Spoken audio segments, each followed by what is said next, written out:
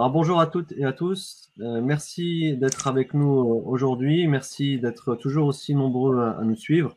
Vous avez été encore près de plus de 400 personnes à manifester un intérêt pour ce webinaire sur les marchés de l'économie islamique, état des lieux et perspectives dans le monde.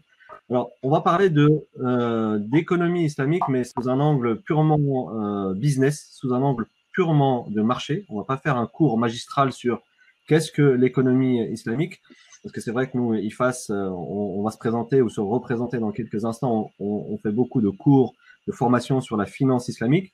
Donc, on pourrait penser que dès qu'on parle d'économie islamique, on va faire un cours magistral sur les fondamentaux, etc. C'est pas du tout l'objet du webinaire d'aujourd'hui, vous l'avez compris.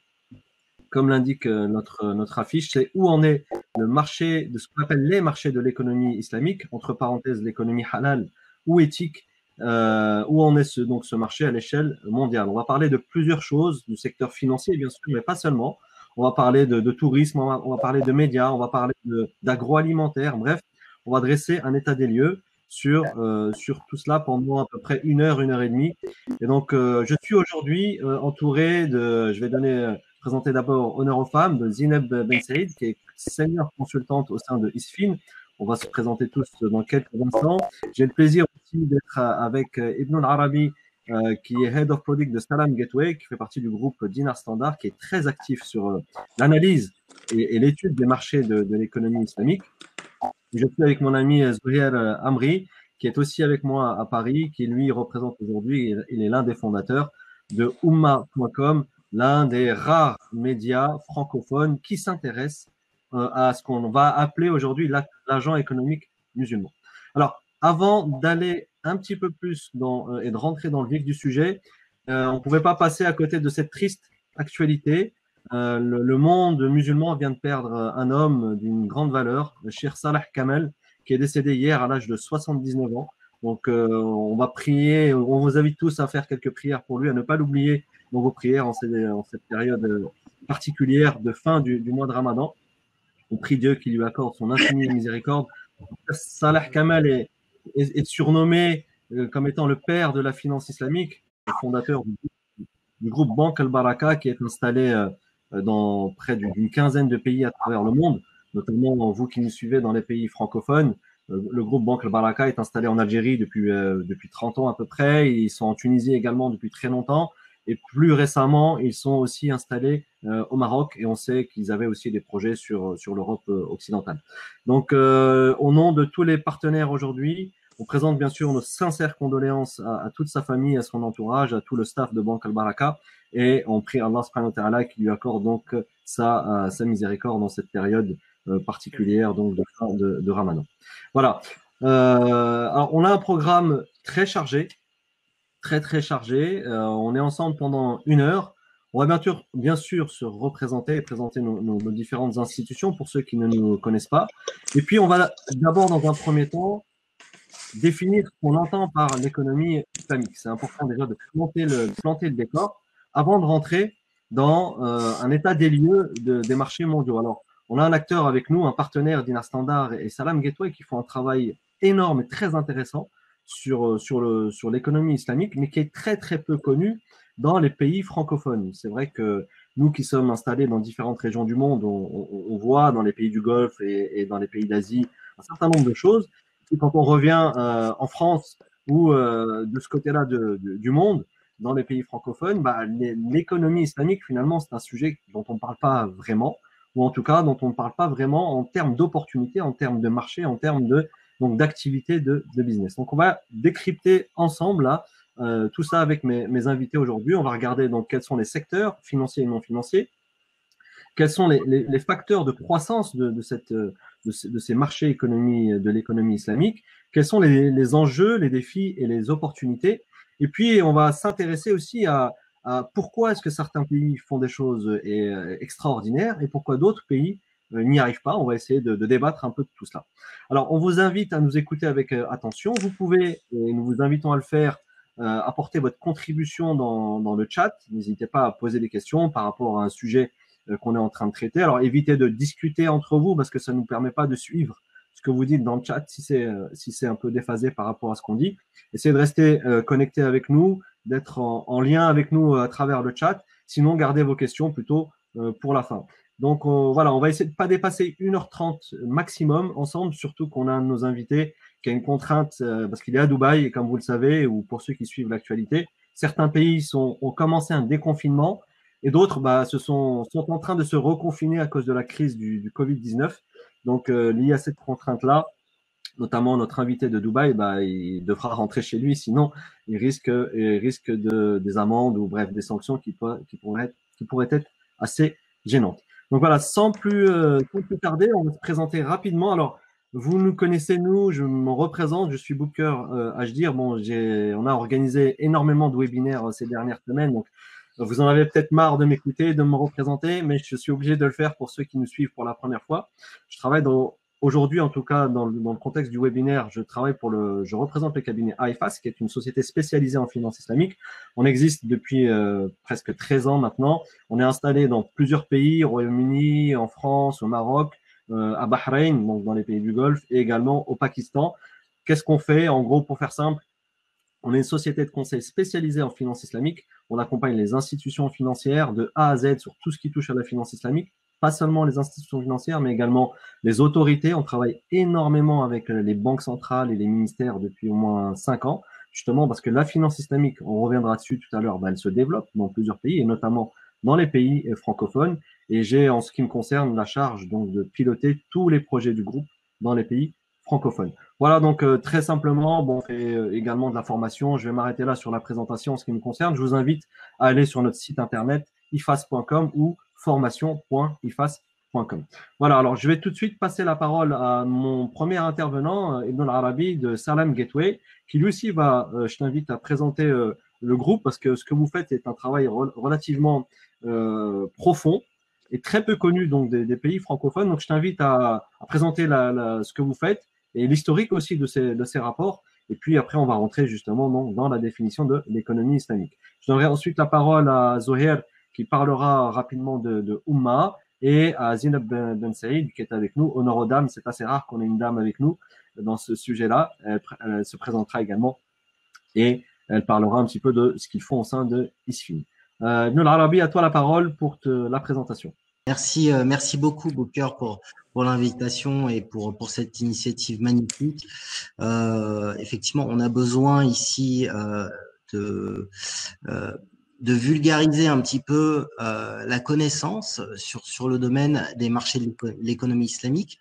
On est tous des consommateurs. Il existe un marché du consommateur musulman énorme en termes de taille. Il s'agit maintenant de mieux le comprendre, mieux l'appréhender pour que tous les acteurs, qu'ils soient gouvernementaux, les investisseurs et le secteur privé en général, puissent mieux servir les besoins de ces consommateurs-là. Donc, je vais commencer très rapidement sur peut-être une petite intro. Je vais partager mon écran. Booker, je reprends la main. Sur l'écran. Dans un premier temps, je t'invite à présenter d'abord votre entité. Ouais. On présentera ensuite Zouher et Zineb pour que notre public sache juste un peu quels sont les différents intervenants. Et puis après, on reviendra à toi sur la présentation. D'accord, super. Alors, moi, je suis chef de produit chez Salam Gateway, qui est un média spécialisé dans l'économie islamique. Donc, on couvre l'actualité de l'économie islamique dans le monde entier, Moyen-Orient, Europe, Asie du Sud-Est et Amérique du Nord. On fait partie du groupe de Dinar Standard, qui est un cabinet de conseil spécialisé dans les gouvernements et les économies des pays à majorité musulmane. Donc voilà un petit peu pour le background. Dinar Standard qui réalise des missions de conseil et la production de rapports, et Salam Gateway qui est un média qui s'adresse principalement aux gens qui s'intéressent à l'économie et qui traitent de sujets économiques dans le monde entier. Et vous faites des rapports donc sur les marchés de l'économie islamique depuis quelques années, c'est ça? Vous n'en êtes pas à la première édition. Vous en êtes à quelle édition maintenant? Alors là, je peux peut-être te partager justement Donc, le slide là-dessus, on en est à la 7e édition du rapport annuel sur l'économie islamique. Regarde, tu le repartageras juste après, le temps qu'on fasse on termine le petit tour de table. Ok. Et voilà, comme ça, on est tous 7e sur le même écran. édition, et puis cette année, on a fait un lancement dans 8 pays dans le monde. Nasdaq à New York, à Dubaï, en Arabie Saoudite à Médine, au Luxembourg, en Espagne, en Indonésie, en Malaisie. Vraiment, on a fait des lancements dans le monde entier sur à peu près un mois. Il y a un engouement énorme de la part des autorités, mais également de la part du privé et des investisseurs. Excellent, excellent. Alors, honneur aux dames, peut-être, Zoher, tu m'excuses, Tout à fait. permettre à Je n'ai pas Zineb. osé t'interrompre tout à l'heure. Ouais, c'est vrai que j'ai commencé directement par Ibn al-Arabi parce que je m'étais déjà projeté dans le programme. Pas de souci. Alors, Zineb Ben Saïd, merci d'avoir accepté notre invitation. Tu vas nous partager un petit peu ta vision du marché. Tu es installé en Belgique et tu travailles pour Isfin. Et vous avez, vous aussi, beaucoup d'intérêt justement sur les secteurs de l'économie islamique. À travers Isfin, votre rôle, c'est d'essayer un peu de rapprocher les différents opérateurs. Vous travaillez avec beaucoup de cabinets d'avocats qui s'intéressent à la finance islamique, mais pas que. Donc, je te laisse dire un petit mot, pareil, de présentation rapide, et on passera ensuite à Zohéa. Pour l'intro et vous remercier tous en fait pour l'invitation. Je suis vraiment heureuse de pouvoir parler de ce sujet-là. Donc, en fait, Isfin, c'est une société de conseil. Dans 75 pays, je ne vais pas dire 75 parce que sinon la plupart des auditeurs ne vont pas comprendre. Et donc on est dans 75 pays, donc on a un réseau de cabinets d'avocats. Le but est vraiment en fait de faire un lien en fait avec les pays émergents, les marchés émergents, et on a constaté qu'en fait la plupart des marchés émergents sont des pays musulmans. Donc, de ce constat-là, on a essayé justement de développer vraiment un accompagnement dans ce domaine d'activité qui est le halal et la finance islamique, mais pas que. Donc, on traite en fait vraiment des transactions tant au niveau conventionnel que en termes de finance islamique ou du secteur du halal en particulier. Merci beaucoup Zineb. Et puis ce qui nous intéressera aussi, tu partageras ton expérience tout à l'heure sur ce qu'ont fait certaines autorités belges pour dans le cadre justement de la promotion et du développement de la finance islamique. Alors sans plus tarder, je passe à Zouher, Zouher Amri, qui est fondateur d'un des plus anciens médias spécialisés, on va dire, plutôt les médias 2.0 à travers l'évolution d'Internet. Oumma.com. Alors, Oumma.com aussi, vous avez plusieurs activités. D'ailleurs, je vous remercie parce que très souvent, vous nous avez invités à venir partager. J'ai eu le plaisir d'animer quelques émissions Web TV sur la finance à travers dans Oumma TV. Il faudra d'ailleurs qu'on le refasse bientôt. Alors, est-ce que tu peux nous dire un mot sur Oumma, ce que vous faites et un peu votre retour d'expérience, votre connaissance de façon très, très rapide sur l'économie et plutôt le consommateur musulman. D'accord. Merci de me donner la parole. Bonjour à toutes et à tous. Merci pour l'invitation. Alors, je vais donner quelques informations qui peuvent intéresser ceux qui suivent, notamment par rapport à moi. Alors, moi, je suis l'un des fondateurs, effectivement. Au-delà de ça, je suis entrepreneur. Alors là, Oumma.com, j'ai donné quelques chiffres aujourd'hui, peut-être pour informer un peu. Alors, comment on se positionne? C'est un média, on va dire, avec le fait musulman, mais on va traiter l'ensemble des thématiques, c'est-à-dire que ça va être la sociologie, l'histoire, la géographie, l'économie, toujours avec un ADN musulman, entre guillemets. On peut nous comparer un peu à la Croix, ce que fait un peu la Croix aujourd'hui. Et clairement, notre vision, notre stratégie, c'est d'être un média franco-français dans la francophonie. Il faut savoir qu'on nous regarde, on nous suit depuis plus de 150 pays dans le monde. Aujourd'hui, quelques chiffres, c'est environ 1 million de visiteurs uniques par mois. On va fêter nos 20 ans cette année. Normalement, d'ici la fin de l'année, on vous invitera tous. D'ailleurs, on va organiser une grande fête pour fêter ça, les 20 ans. Alors moi, aujourd'hui, j'ai été invité pour différentes raisons, notamment parce que Oumma, ne serait-ce qu'au niveau d'Oumma. Oumma d'abord parce que c'est les annonceurs, donc c'est le business islamique. Il faut savoir que les annonceurs, c'est les diffuseurs, c'est ceux aussi qui nous font vivre, entre guillemets, qui ont besoin d'être visibles, de targeter, de cibler le consommateur musulman. Et là, ils sont dans toutes les catégories. On a des annonceurs qui sont dans la mode fashion, on a des halal, dans le tourisme, etc. On va aborder toutes ces catégories-là. Donc, par ailleurs, le média Oumma.com lui-même fait partie d'une des catégories du business islamique, le média. D'accord? Alors, voilà. Par ailleurs aussi, alors les fondateurs d'Oumma, il faut savoir, ça je donne un petit scoop, on a lancé une marketplace qui s'appelle Lagofa, un peu comme Amazon. Voilà, c'est une sorte de plateforme e-commerce. On en parle. Mais à ce titre-là aussi, je pourrais apporter certaines précisions, certaines expertises. Le genre de projet justement qui a plein de sens dans le contexte de ce webinaire. Donc, on t'invitera tout à l'heure, je t'inviterai à en dire un petit peu plus sur cette initiative parce qu'elle s'inscrit pleinement dans ce développement de l'économie islamique. Alors, je reviens à toi, Ibn al-Arabi. Est-ce que tu peux reprendre la main cette fois-ci? Alors, je disais au début, c'est important de définir ce qu'on entend par l'économie islamique. Hein. Je rappelle qu'on ne va pas faire un cours magistral sur les fondamentaux de la charia en matière de finance ou d'économie. On est vraiment là pour parler plutôt business, opportunité de marché et croissance. Donc, je t'invite à reprendre la main. Alors ça, c'était les différents rapports, c'est ça? Oui. Alors, tu m'entends? Parfaitement. C'est bon, super. Donc, qu'est-ce qu'on entend par économie islamique? Effectivement, on va pas repartir sur un cours d'économie formelle. Nous, c'est très simple. L'économie islamique, c'est tous les secteurs dont les produits ou les services de base sont fondamentalement, structurellement affectés par l'éthique et la loi islamique. Donc, qu'est-ce que ça veut dire concrètement? Concrètement, l'alimentaire, c'est fondamentalement, structurellement affecté par la loi islamique. On a certaines obligations qui rendent la nourriture halal ou pas pour un musulman.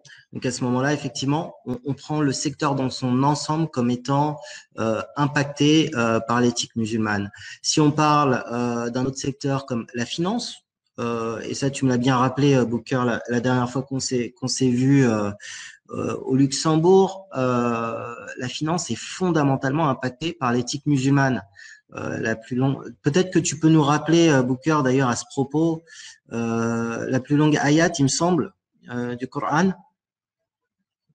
Oui, alors, on voulait éviter ça, mais effectivement, à titre d'information, pour ceux qui ne le savent pas, on pourrait penser parfois, quand on parle de finance islamique, que la finance n'occupe pas une grande partie de la vie du musulman. Or, le Coran lui-même consacre le verset le plus long à une transaction, qui est la transaction qui domine aujourd'hui le monde de la finance. Et en l'occurrence, il s'agit de l'opération de prêt. On ne sait pas, je ne vais pas vous faire l'exégèse de ce verset, c'est pas du tout le sujet, mais voilà, juste à titre d'information, pour ceux qui ne le savent pas, le verset le plus long du Coran, il ne parle pas du paradis, il ne parle pas de l'enfer, il parle de la manière dont doit être organisé et consigné donc un contrat de prêt, tout simplement. Voilà, donc effectivement, donc c'est important de souligner et de rappeler que l'économie islamique, ce n'est pas uniquement le halal et ce qu'on mange dans notre table. Souvent, c'est ce qu'on pense, c'est ce que, quand on parle même autour de soi, dès qu'on parle halal, on pense juste à ce qu'on mange, alors qu'en fait, le halal aujourd'hui, comme le disent certains, on reviendra dessus tout à l'heure, c'est un style de vie. L'agent économique musulman doit vivre halal, c'est-à-dire que tout ce qu'il fait du matin au soir doit être halal. Halal, ça veut simplement dire licite. Donc, il doit avoir une vie halal avec sa famille et ses voisins. Il doit gagner son revenu de façon halal. Sa relation avec son banquier doit être halal. Sa relation avec son employeur doit être halal.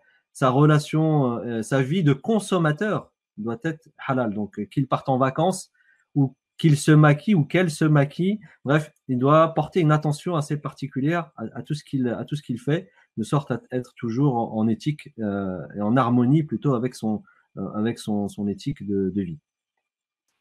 Que tu peux repartager ton écran et… Je repartage ça tout de suite. Petit souci technique. Et là, tu peux justement nous dire qu'est-ce que représentent ces marchés. Alors, faut savoir déjà en termes de taille, quand on a analysé un petit peu la taille des marchés de consommation des musulmans, on l'a divisé en 7 secteurs principaux. En partant de l'agroalimentaire, donc la nourriture halal, la modest fashion, tout ce qui est en rapport avec le vestimentaire, le média, le divertissement en général, le voyage, avec ce qu'on sait, peut-être des besoins un peu plus spécifiques du consommateur musulman, la pharmaceutique, vraiment plus spécifique aux besoins du consommateur musulman. Encore une fois, on pourra en discuter. Les cosmétiques et un petit peu séparé, la finance islamique comme secteur énorme. En tout, on en est presque à 5 000 milliards de dollars entre la finance islamique et les secteurs de l'économie réelle. Avec bien évidemment le secteur agroalimentaire de la nourriture qui représente le gros des dépenses spécifiques aux musulmans, aux consommateurs musulmans, avec 1369 milliards de dollars de dépenses en 2018, suivi par la fashion, le média et le travel. Faut se rendre compte aussi du nombre qu'on représente, que le consommateur musulman représente dans le monde. 1,8 milliard de musulmans, 500 millions de musulmans dans des pays dont ils sont des minorités, comme la France, le UK, les États-Unis. Un pouvoir d'achat en forte croissance, une démographie pareil qui est en forte croissance, et des secteurs qui représentent près de 10% du PIB mondial en termes de poids de la consommation. Donc ça, c'est vraiment pour les grands chiffres. Et puis de l'autre côté, on a aussi des assets en termes de finances islamiques énormes, avec 2500 milliards de dollars en 2018, et dont on projette qu'elle progresse fortement dans les années qui viennent, sans prendre en compte bien évidemment l'impact du Covid dont on pourra parler brièvement tout à l'heure. Oui, effectivement, on dira un mot justement, parce que là tu présentes les chiffres de 2018 qui ont été publiés en 2019. Les chiffres de 2019 ne devraient pas tarder à être publiés. Et puis bon, 2020 sera une année assez particulière, hein, comme le monde entier est bouleversé par cette crise-là. Alors, un mot très rapide pour ceux qui connaissent pas beaucoup le marché de la finance islamique, en complément de ce que tu viens de dire. Effectivement, c'est 2500 milliards alors, de total assets, c'est-à-dire de ce que possèdent en gros les acteurs de la finance islamique. Et le monde de la finance islamique est dominé lui-même par le secteur bancaire.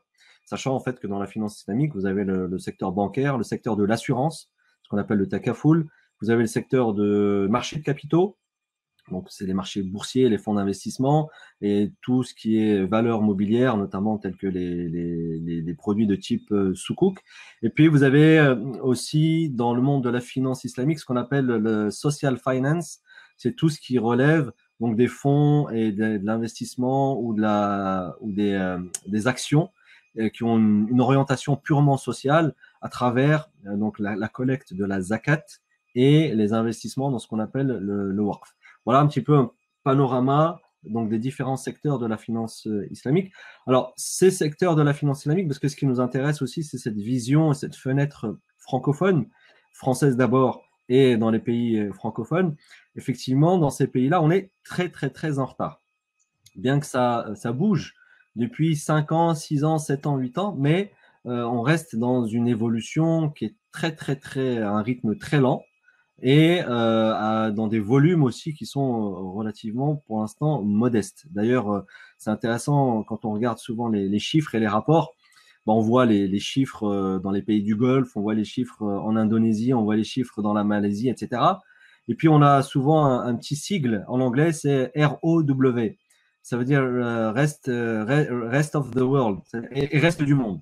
Et donc, les pays francophones sont dans le monde de la finance islamique, ils sont tellement petits qu'ils font partie, bon, ben, voilà, le reste du monde, c'est à peine 1% ou entre 0,5 et 1%, voilà, du total donc de la finance islamique à travers le monde. Ceci dit, depuis 2 ans, 3 ans, plusieurs pays ont pris à bras le corps le sujet, notamment le Maroc, plus récemment l'Algérie qui a publié une réglementation dédiée à la finance islamique. Et en Afrique de l'Ouest aussi, on a de plus en plus d'autorités qui ont pris à bras-le-corps le sujet, soutenues par la Banque islamique de développement pour cette fois-ci développer de façon plus visible, notamment à travers la mise en place de réglementations dédiées à la finance islamique, développer donc la finance islamique. Et donc ça, ce sont des initiatives récentes qui ont moins de 5 ans et dont on verra les fruits que dans quelques années. Bien que, par exemple, en Algérie, les banques islamiques existent. Je parlais tout à l'heure du défunt Cheikh Salah Kamel qui vient de nous quitter. Le groupe Al-Baraka, qui était le sien, en fait, a ouvert une première banque islamique en Algérie déjà au début des années 90. Mais ça restait une petite banque, un petit acteur qui existe encore aujourd'hui, mais qui représente encore une toute petite part de marché. Juste quelques chiffres. En Algérie, en fait, le secteur bancaire, il est essentiellement dominé par les banques publiques qui détiennent plus de 80% du marché. Et donc, vous avez 20% du marché bancaire qui est détenu par les banques privées, qui sont pour la plupart des banques conventionnelles. Et vous avez, donc, dans ces 20%, la part des 2 banques islamiques, parce qu'il y en a 2 qui représentent à moins de 10%. Donc, vous voyez, ça représente encore quelque chose de relativement petit en Algérie, et c'est le cas pour l'instant dans les autres pays. Mais les perspectives de développement, indépendamment là, du coup de frein lié au Covid-19, les perspectives de développement dans ces pays-là sont intéressantes parce que justement, on observe un retour peut-être on va pas dire un retour au religieux, mais un comportement du consommateur musulman qui, comme je le disais en introduction, souhaite et veut que sa consommation de façon plus générale soit conforme à ses valeurs. Voilà sur la finance. Peut-être que je vais donner la parole à Zohel. Je vois qu'il lève la main, mais justement, je comptais te donner la parole, Zohel, parce que non, c'est juste Oumma, pour en tant que... non, avant même, si tu permets, avant même de répondre à ta question, c'est juste pour compléter, rebondir ce que tu dis. Par rapport à la finance islamique, et notamment sur le sol français, il y a quand même eu des progrès. On rappelle qu'en 2007, donc, il y avait eu la volonté de la gouvernance Sarkozy de pousser sur la finance islamique, avec, à l'époque, c'était Christine Lagarde qui était ministre de l'économie et du budget. Il y a eu pas mal d'initiatives avec des institutions, etc. Leur objectif premier, c'était de rattraper le retard de la City, de la place de Londres, qui avait 15 ou 20 ans d'avance au niveau de la finance islamique. Donc il y a quand même des choses. Je rappelle quand même pour le consommateur musulman, ceux qui les écoutent, c'est ce qui va les intéresser, c'est quand même que depuis maintenant quelques années, on peut acheter un bien grâce à ce qu'on appelle l'opération de financement immobilier, non, effectivement. voilà, je veux dire qu'aujourd'hui, tu peux acheter un bien dans le cadre de la finance islamique. Il y a, par exemple, la banque Sherbi, que tu connais bien, il y a des institutions comme 570 Easy, etc. C'est possible, ce qui n'était pas possible il y a 15-20 ans pour le commun des mortels. Donc, il y a eu quand même des progrès pour le consommateur. Il y a eu des progrès. Ce que je soulignais juste, c'est que ça reste très, très petit en termes de volume. C'est ça qui... Effectivement, en termes de volume, c'est très petit, mais il y a quand même eu pas mal de... quelques progrès. Justement, Zoé, pendant que tu as la parole, c'est intéressant justement que tu nous partages votre expérience en tant que média. Tu disais tout à l'heure, initialement, en tant que média, votre cœur business, c'était un support de communication, un support publicitaire pour les annonceurs qui s'intéressent aux consommateurs musulmans. Est-ce que tu peux nous dire un petit peu l'évolution de ce marché-là, notamment donc, en France, puisque c'est là où vous êtes peut-être les plus actifs, mais je sais aussi que vous avez des intérêts au Maghreb, notamment en Tunisie. Est-ce que tu peux nous faire un premier retour justement sur l'évolution du consommateur musulman et pas seulement, aussi les annonceurs qui s'intéressent à cette cible de clients? Ce qu'on peut dire, c'est que le marché, bien évidemment, croît énormément dans tous les domaines, que ce soit dans le food, dans la modest fashion, dans tout ce qui est médias et création, etc. Donc, il croît depuis pas mal d'années, ne serait-ce que par le nombre de musulmans, de plus en plus. Alors, ce qu'on peut dire, c'est que, entre guillemets, le citoyen français d'obédience musulmane, il a un pouvoir d'achat qui est élevé, donc il tend à consommer de plus en plus. Donc, il y a une vraie croissance. Encore une fois, ce qu'on remarque, c'est que, voilà, comme il n'y a pas d'initiative, il n'y a pas de soutien au niveau de l'État, donc il y a des initiatives entrepreneuriales comme ça, diverses, éparses ici et là. Ce n'est pas structuré, mais il y a quand même pas mal de choses. Donc ça croît dans le bon sens. Nous, au niveau du média, ce qu'on a constaté, nos annonceurs en tout cas. C'est-à-dire qu'il y a à peu près entre 5 et 10 ans, ils venaient nous voir parce que Oumma était un vecteur de diffusion important afin de cibler, de targeter le consommateur musulman. Depuis 5 ou 6 ans, mais là on est un peu comme tous les médias, on va dire, bah les annonceurs se dirigent plus vers les réseaux sociaux, plus vers Facebook, vers Google, vers Instagram, etc. Pourquoi? Parce qu'ils ont la possibilité de cibler, de plus targeter, d'affiner en fait afin de se concentrer sur ce consommateur-là. Donc, bah, on a été, nous, en tant que médias, obligés de s'adapter, de rajouter ces offres-là, ces services-là plutôt à nos offres. Dire qu'auparavant, quand il y avait un annonceur qui avait besoin de communiquer et encore une fois de cibler le consommateur musulman, il venait frapper à la porte d'Oumma et on avait une régie publicitaire qui prenait en charge, qui l'accompagnait au niveau commercial. Et puis, on mettait en place des campagnes. On s'est rendu compte, donc on a été obligé de s'adapter, on a intégré ces offres, donc on s'est formé, on a été certifié en tant qu'agence par Google, par Facebook, par tous ces gens-là. Voilà ce que je constate aujourd'hui au niveau du business islamique en France.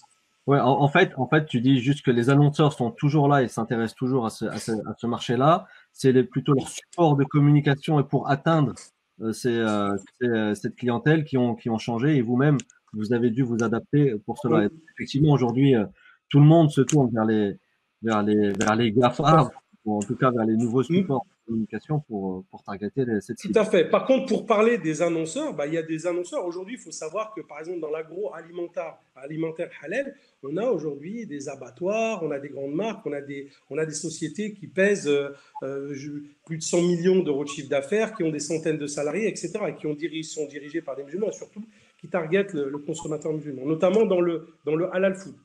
Voilà, il y a ça, c'est des gens qui faisaient partie de nos annonceurs. Donc voilà, ça reste quand même hyper ça, quand on compare. Alors, ce que je peux dire aussi, c'est qu'en France, encore une fois, il y a quelques initiatives comme ça privées qui sont nées il y a quelques années, comme par exemple le lancement d'un syndicat de patrons musulmans de France. L'idée, c'est de s'unir. Donc j'en ai fait partie, j'étais l'un des fondateurs, c'était en 2008, ça s'appelle Synergie des professionnels musulmans de France. Mais voilà, ça reste. En fait, l'objectif de ce lancement, c'était la volonté de s'inspirer de nos cousins, donc, et ce qu'on appelle l'Union des patrons juifs de France. L'idée, c'était de pouvoir discuter avec le MEDEF. L'idée, c'était de pouvoir rentrer en partenariat et en lien étroit avec d'autres syndicats de par le monde, ce que nous avons fait. Donc là, aujourd'hui, ça existe. Mais voilà, moi, j'estime qu'il n'y a pas eu, et c'est dommage parce qu'il y a un vrai savoir-faire en France, notamment dans l'agroalimentaire, dans l'industrie alimentaire, dans la gastronomie de manière générale, et justement c'est le halal, et il n'y a pas de soutien, il n'y a pas d'initiative étatique. On reviendra sur les freins justement ou les défis pour comment dirais-je, la promotion de ce qu'on appelle l'économie islamique. Mais effectivement, le potentiel est là. Et tu parlais tout à l'heure de quelques entrepreneurs français. Effectivement, à travers l'initiative dont tu parlais, je me rappelle avoir rencontré des chefs d'entreprise qui ont des entreprises qui pesaient déjà plusieurs dizaines de millions d'euros de chiffre d'affaires. Donc, le potentiel, il est là. Je vais me tourner maintenant vers Zineb parce que en préparant cette émission, tu vois, à chaque fois que je suis avec toi, Zoher, je pense à l'émission Finance Éthique qu'on a organisée. Quand on préparait ce webinaire, et quelque chose d'assez intéressant qui ressortait, c'est qu'en termes de positionnement, Zineb, toi, depuis ta fenêtre de Belgique, et notamment, on reviendra dessus tout à l'heure, tu as travaillé pour certaines autorités, mais tu disais que il y a un positionnement intéressant qui est à voir, c'est que finalement, dans cette économie islamique, on ne cible pas que le consommateur musulman. Je te laisse développer un petit peu plus l'argumentation. Oui, tout à fait. En fait, c'est vraiment la problématique finalement actuelle, le fait justement de se concentrer que sur les musulmans, fait qu'on oublie finalement que justement les produits halal ont une certaine qualité pour certains d'entre eux. Il y a des fois un aspect éthique qui ressort.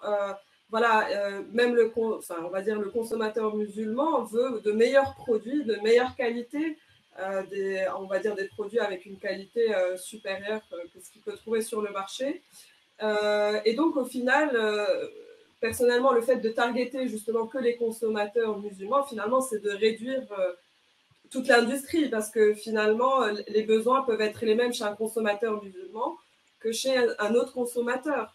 Mais il peut y avoir justement on va dire des convergences communes dans le mode de consommation. Et donc, au final, c'est pour ça que moi, personnellement, voilà, dans les discours que j'entends souvent, je pense qu'il faut faire un rapprochement entre, par exemple, le label bio et le label halal, l'écolabel, et que le halal, au final, ce n'est pas juste destiné aux musulmans. Et donc, notamment Ibn Arabi avait bien fait la réflexion par rapport justement aux produits cachers aux États-Unis, où tu nous avais dit que c'était combien Ibn Arabi effectivement. Mais il y a aussi une question, et ça, on en revient à l'idée du branding peut-être. Est-ce que le halal, c'est quelque chose qu'on peut brander, qu'on peut rendre beaucoup plus intéressant en expliquant les valeurs et l'éthique qu'il y a derrière quand on regarde le succès du kasher aux États-Unis. Les États-Unis, d'un point de vue démographique, on a à peu près 2% de consommateurs de confession juive, mais on a entre 40 et 45% de produits alimentaires en conserve qui sont étiquetés kasher.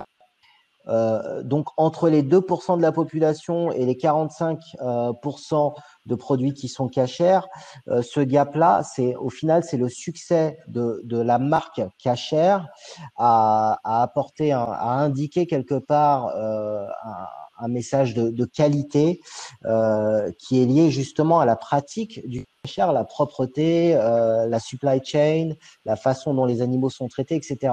On a tous les éléments nécessaires dans les rites de production ou dans le mode de production de l'alimentaire halal pour justement créer quelque part pour que le halal donne ce gage de qualité en termes de produits. Et après, pour revenir à ton point, Zineb, il y a aussi la question de la durabilité, de l'organique, du bon traitement des animaux, etc., de la prise en compte de l'environnement, qui fondamentalement dans l'éthique musulmane, devrait faire sens complètement de ce point de vue-là. Il y a déjà des questions. Excuse-moi Zineb, il y a déjà quelques questions et des contributions très intéressantes. Je voudrais juste dire au public qu'on les voit et on reviendra dessus tout à l'heure. Hein. Donc n'hésitez pas à continuer à apporter vos contributions dans le chat. Je me charge d'ensuite de les relayer ou d'y répondre si ça me concerne directement à la personne concernée. Vas-y Zineb, excuse-moi, je t'ai interrompu. Alors, et en fait, pour le lien aussi avec la finance, voilà, par exemple, il faut savoir qu'il y a, il me semble que c'était les autorités malaisiennes qui ont dit que, par exemple, dans tout ce qui est finance islamique ou finance participative ou alternative, c'est les différents noms qu'on utilise, pour, par exemple, les Malaisiens, 60% des actifs financiers islamiques sont consommés par des non-musulmans.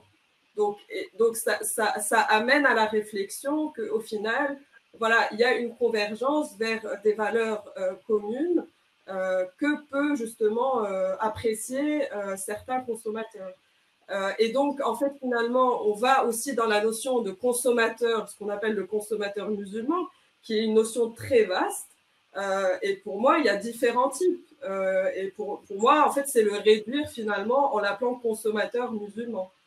Parce qu'il y a différents types de consommateurs qui peuvent rejoindre les mêmes valeurs que n'importe qui. Effectivement, donc en fait, on est en train de parler de ce qu'on appelle le consomme acteur, c'est-à-dire celui qui recherche un produit qui est conforme à son référentiel spirituel, par exemple, mais qui cherche aussi un produit de qualité, un produit compétitif.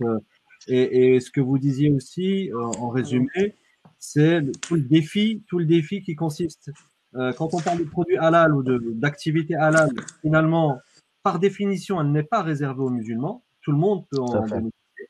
Et donc, pour un entrepreneur, quel qu'il soit, ou un homme d'affaires, s'il se lance sur ces produits-là en se disant mes clients, ce sont que les musulmans, bah, il fait une erreur stratégique. Mais dans le même temps, de l'autre côté, tu parlais tout à l'heure de l'exemple aux États-Unis du kasher. Le consommateur non musulman ne sait pas qu'il peut consommer ce produit-là. Et donc, il y a une espèce de gap là entre la compréhension du produit et la manière de le marketer et de le commercialiser. Alors, une initiative intéressante, Zohel, justement, je voulais te passer la parole sur ce que vous faites, ce que vous essayez de faire en termes de marketplace. Est-ce que ça peut répondre à ça ou pas? Alors, juste si tu permets, je voulais juste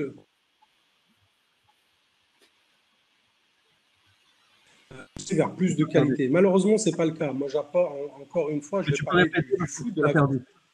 Répète parce qu'on t'a perdu. Je disais, je souhaite juste compléter les dires de Zeynep. Ils sont pertinents, à savoir la qualité. Effectivement, le halal, c'est avant tout la qualité. C'est-à-dire qu'il y a le rite islamique qu'on doit respecter, mais au-delà de ça, il y a aussi la qualité. Et malheureusement, c'est pas ce qu'on voit notamment dans l'agroalimentaire halal. Si on prend tout ce qui est industrie, en fait, de produits carnés transformés, tout ce qui est charcuterie, etc.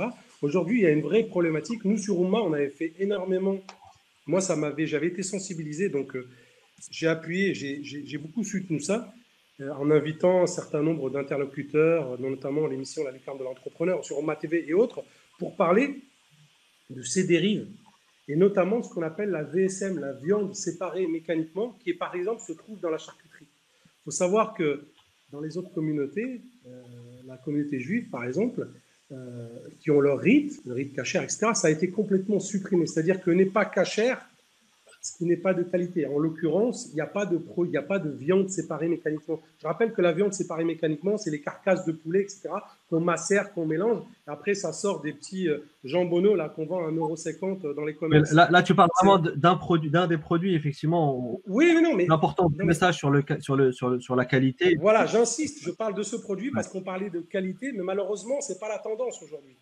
En fait, aujourd'hui, quand on dit halal, c'est plus synonyme de prix que de bonne qualité. C'est ça. À aujourd'hui. C'est ça. Voilà, c'est ça la problématique. J'ai illustré ça avec ce propos, c'est très important. Parce que ces produits-là, on en trouve partout. Nous, on a essayé de sensibiliser, mais malheureusement, les gens continuent. Il n'y a qu'à voir dans les étals, dans les supermarchés, les grandes surfaces, on voit de ces produits-là un peu partout. Ouais, effectivement, donc voilà. Là, on rejoint après les problématiques de pouvoir d'achat, peut-être dans certains pays de la clientèle ciblée. Une question a été posée. Ou tout simplement de positionnement, ou parfois aussi, je le vois à travers les questions qui sont posées, dès qu'un produit islamique est plus cher qu'un produit classique, notamment dans les produits financiers, pour le coup, là, je sors de l'alimentation pour aller vers le financement islamique, il y a des gens qui pensent que c'est plus cher qu'un produit classique, alors c'est de l'arnaque, ou on veut m'exploiter, on veut exploiter ma religion à des fins de business. Donc, il y a un véritable travail de pédagogie à faire. Mais ce qui m'intéressait, moi, c'était plutôt l'initiative, justement, de marketplace sur laquelle vous travaillez, justement, parce qu'elle répond à ces besoins-là d'avoir un acteur qui est capable d'être le futur Amazon halal ou le Alibaba halal. Oui, alors, effectivement, alors nous avons lancé une marketplace qui s'appelle Lagofa. Lagofa, donc ça vient de l'Qofa en arabe, hein, le panier, tout simplement. On n'a pas été chercher loin. Lagofa.com, je vous invite à y aller. L'idée, c'est quoi? C'est qu'on a identifié énormément, encore une fois, c'est pas structuré. Le marché n'est pas du tout structuré. On a identifié énormément de boutiques dans plein de domaines, hein, essentiellement dans les produits culturels, hein, tout ce qui est livres, dans la parfumerie, un peu dans l'alimentaire, ce type de choses. Il y en avait, ça se compte par centaines. Donc on s'est dit qu'il fallait justement, ce serait bien de créer comme ça un lieu où en fait toutes ces boutiques pourraient publier leurs produits et le consommateur lui faciliter via une interface, via une plateforme, etc. Donc d'où le lancement de cette marketplace. Aujourd'hui, on dénombre, on s'est lancé il n'y a pas très longtemps, hein, il y a quelques mois, on a été pendant 1 an en bêta-test, et puis là on s'est lancé il y a quelques mois, et aujourd'hui on a une trentaine de boutiques et environ 15 000 articles. Donc c'est assez énorme par rapport au reste. Donc ce qu'on constate, c'est que, alors là, c'est particulier parce qu'on sort plus ou moins de cette période de confinement qui est assez spécifique. Donc, il y a eu des croissances de l'ordre de 200, 300, 400%. Les commandes, elles ont afflué. On n'arrive même pas. Enfin, nos partenaires boutiques, parce que nous, le système, il est très simple. Hein. On ne prépare pas du tout. En fait, on touche une commission sur chaque transaction. Mais par contre, on va communiquer, etc., à travers toutes nos plateformes. L'idée, c'est de fédérer un client et puis qu'il puisse consommer, puisse acheter, faire ses achats sur la plateforme. Donc, Donc, il y a eu… C'est ça qui est intéressant, c'est que c'est le genre justement d'initiative qui intéresse toujours vos clients, vos cibles. Et vous avez changé un peu de positionnement et vous arrivez toujours à attirer les différents secteurs. Tu parlais du culturel, tu parlais de la parfumerie, tu parlais de voilà. Et demain aussi, quand il y aura un peu plus d'offres en termes de produits financiers islamiques, vous allez attirer les banquiers, etc. Donc, on y pense. Le demain, ça peut être. L'idée, c'est de mettre en place beaucoup de choses. Ça peut être les événements, ça peut être le théâtre. Hein. Comme on est en transversal, l'idée, c'est de proposer énormément de choses. Là, par exemple, on va intégrer ces jours-ci un acteur important qui a vu le jour il y a quelques mois dans le domaine de l'agroalimentaire, c'est-à-dire qu'ils vendent des produits alimentaires, ils vendent de la viande, de la boucherie, des produits frais, etc., à travers Internet. Et puis, il a complètement cartonné lors du confinement. Donc là, on l'a intégré, on a signé avec lui. Il va les produits vont apparaître sur la GOFA, sur la marketplace. C'est intéressant. Donc, moi, dans ce que tu dis, il y a un défi, c'est de rapprocher de façon plus optimale et plus efficace, finalement, le fabricant, le vendeur de son client. Et à l'image des grandes marketplaces, demain, pas besoin d'aller chercher ailleurs. Je vais au même endroit et là, je retrouve mon livre. Voilà, l'idée, c'est de concentrer. Voilà, c'est de concentrer le maximum. L'idée, c'est un peu comme aujourd'hui, tu regardes la marketplace Cdiscount, tu regardes la marketplace Amazon. Bon, c'est des dizaines, des centaines de milliers de boutiques. Hein. C'est au maximum. Demain, on pourra aller vers autre chose. On envisage à terme, c'est une phase 2 aussi, d'aller vers le B2B, c'est-à-dire d'avoir l'AGOFA professionnelle. C'est-à-dire qu'aujourd'hui, tu as un certain nombre d'importateurs, d'industriels, notamment dans l'agroalimentaire halal, ou alors des grossistes dans le domaine du culturel ou autre, ou des voyagistes, et de les mettre en relation avec des revendeurs, des boutiques, etc. Donc ça, c'est la phase 2. Mais voilà. Ce que je retiens, Zoël, c'est que l'offre est là, la demande est là, et ce qu'il faut, c'est la rapprocher pour lui permettre… Voilà, c'est au début, voilà, il faut structurer, etc. On en est vraiment au début, mais il y a un potentiel qui est énorme. Moi, encore une fois, je rappelle, là, ce que j'ai vu, bon, c'est particulier au confinement, mais nos partenaires, ils n'arrivent même pas à répondre. En plus, là, avec l'arrivée de l'Aïd, dans quelques jours, ça fait 3 semaines, ils ont pratiquement 2-3 semaines de retard. Quoi. Il y a énormément de gens qui… Voilà, donc ça aussi, on va parler après des opportunités, des potentiels. Le digital, l'e-commerce, c'est une vraie opportunité. On viendra dessus. Je t'interromps parce qu'il ne nous reste pas beaucoup de temps et surtout un de nos invités qui va nous quitter dans une petite demi-heure. Tu as évoqué tout à l'heure rapidement la crise du Covid. Ibn Arabi, est-ce que tu peux nous donner une petite visibilité très rapide sur ce que Bien sûr. par rapport à l'impact du Covid sur ces différents marchés? Oui, tout à fait. Donc, ce que notre partenaire, notre compagnie partenaire Dinar Standard a fait, c'est qu'elle a commencé à évaluer l'impact sur chacun des secteurs. Ça reste encore très high level. On est vraiment au début de cette crise. Mais grosso modo, ce qu'on voit, c'est que sur les secteurs de l'agroalimentaire, du média et du divertissement, ainsi que des pharmaceutiques, on a un impact faible, voire positif en termes du business global de ces secteurs-là. En termes des secteurs les plus impactés ou les secteurs impactés les plus durement, bien évidemment, on a le secteur du voyage et le Muslim Friendly Travel. On a la fashion parce que les gens restent chez eux, donc forcément ils achètent moins, ils consomment moins, et y compris en termes de vestimentaire ou de mode modeste. Et puis évidemment, on a le secteur de la finance qui est impacté, finance islamique, qui est impacté tout comme le secteur de la finance conventionnelle, probablement moins d'ailleurs, puisqu'il y a beaucoup moins d'investissements et d'assets spéculatives sur ces secteurs. Ok, merci pour cette… on va pas s'attarder trop longtemps sur l'impact du Covid parce que ça prendrait à lui seul une heure de discussion. Est-ce que tu peux enchaîner justement sur quels sont les facteurs qui font la croissance de cette économie islamique? Bien sûr. Alors, je vais vous la faire courte. Hein.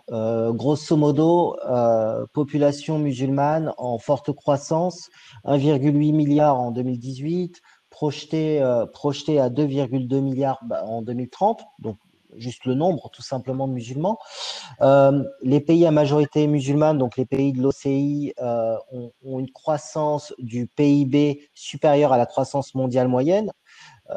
Donc en 2018-2019, on était à 4,3% en termes d'estimation. Ça va bien évidemment baisser avec l'impact de la crise. Ça reste des économies très très dynamiques. Affinité religieuse en forte augmentation, on le voit un petit peu à travers le monde. Le consommateur musulman veut aussi consommer du point de vue éthique et veut que sa consommation soit en accord avec sa foi et ses croyances religieuses. La connectivité Internet, digitale, qui donne lieu à un fort dynamisme du point de vue de l'entrepreneuriat. Voilà. Après, en termes de facteurs business, on a de grosses multinationales qui s'intéressent fortement aux consommateurs musulmans et du coup qui créent de nouveaux marchés comme ça. Les Nestlé, les Coty ou les L'Oréal. Toutes ces grandes entreprises ont des divisions spécialisées dans la recherche sur le consommateur musulman. Les grandes agences de pub aussi.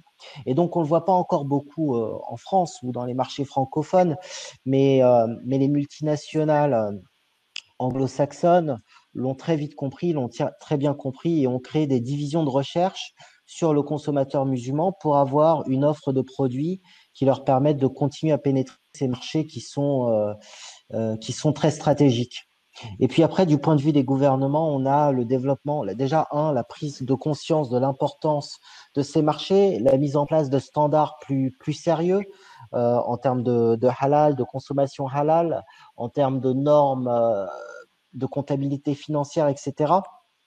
Et donc des pays comme les Émirats, l'Indonésie, la Malaisie, l'Arabie Saoudite, qui maintenant mettent en place des normes beaucoup plus sérieuse du point de vue de l'importation de nourriture.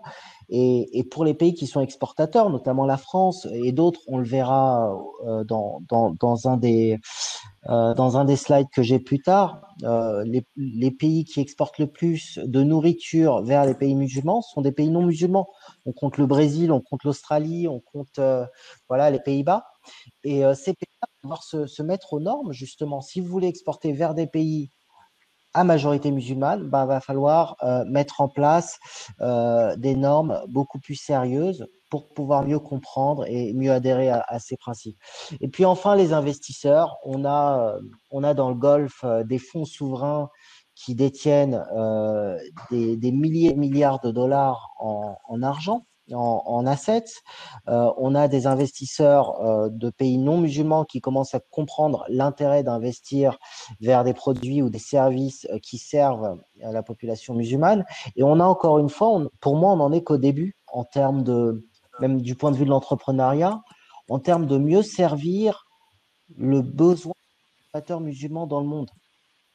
Que ça soit le consommateur musulman plutôt riche d'Occident, 500 millions de musulmans qui vivent dans des pays où ils sont des minorités, ou que ce soit dans les pays à majorité musulmane, des pays comme l'Indonésie, où on a une nouvelle classe émergente de nouveaux riches qui veulent voyager, qui veulent consommer, mais avec l'éthique musulmane. Voilà pour peut-être une overview des facteurs un petit peu des drivers de l'économie islamique en ce moment. Oui, effectivement. Donc, merci pour cette overview qui est riche en enseignements. Moi, j'en retiens un élément, un facteur important, c'est effectivement la volonté top quoi, au niveau des autorités. Et là, effectivement, donc, dans les pays francophones, on en souffre un peu. Zineb, c'est intéressant de voir justement la petite expérience belge qui, depuis Bruxelles, s'est intéressé au marché du halal, mais pas que. Est-ce que tu peux nous en dire un petit peu plus sur cette expérience qui est, en tout cas dans l'espace francophone européen, assez rare? Oui, tout à fait, merci. Oui, en fait, l'exemple belge, donc il y a l'Agence wallonne des exportations et investissements. C'est une agence publique. Une agence publique, c'est important de souligner.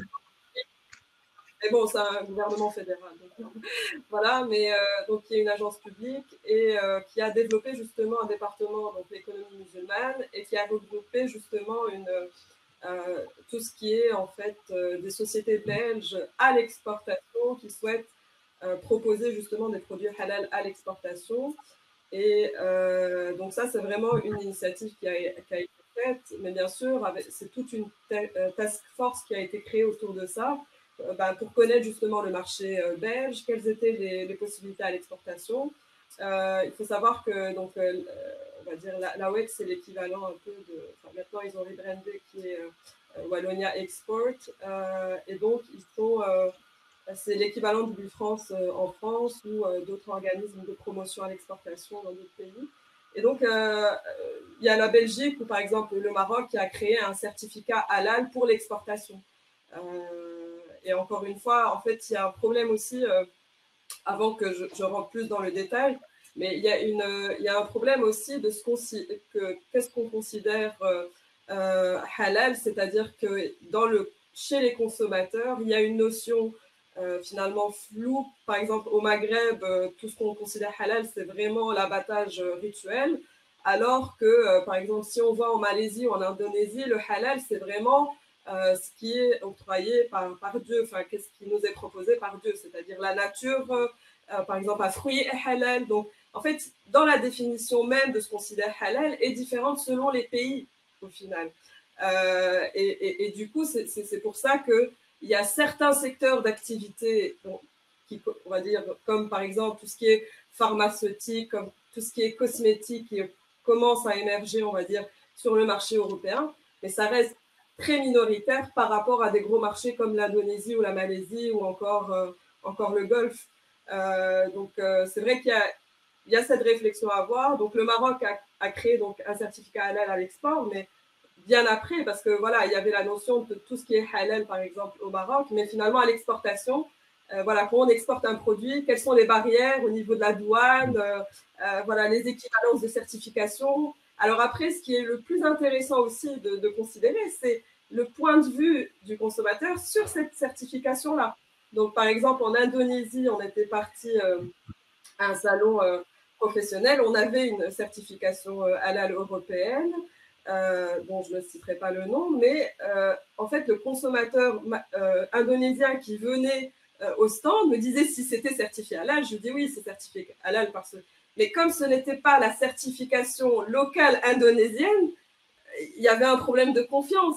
Donc, au final, en fait, des fois, il faut avoir une certification locale, mais pas du point de vue de réglementaire ou autre, mais du point de vue, on va dire, de ce que pense le consommateur et ce que croit le consommateur, parce que finalement, il va croire ce que va certifier son autorité, où il habite.